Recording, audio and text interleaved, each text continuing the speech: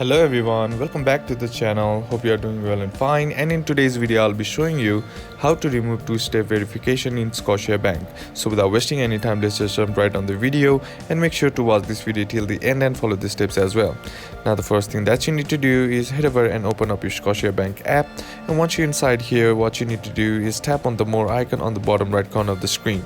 And once you tap on that, you'll be sent to your more settings. Now under it, you'll be seeing an option that says profiles and settings, sign in and security. And once you tap in sign in and security, now once you are inside sign in and security, under security you'll be seeing an option that says two-step verification. Simply tap on it, and once you tap on it, here you'll be seeing this option two-step verification to change. Now in order to remove it, what you need to do is simply tap on this deactivate 2SV on this device.